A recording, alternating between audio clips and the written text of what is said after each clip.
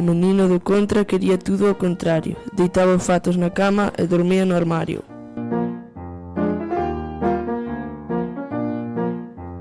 Nas cascas dos ovos facía un omelete. Para tomar baño usaba o retrete.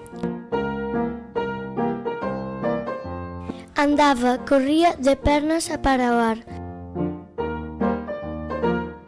Se estaba contente, púñase a xorar.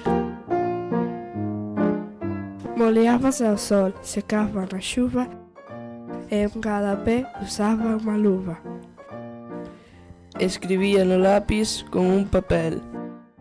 Achaba salgado o sabor do mel. No día dos anos teve 2 presentes, un pente con velas e un bolo con dentes.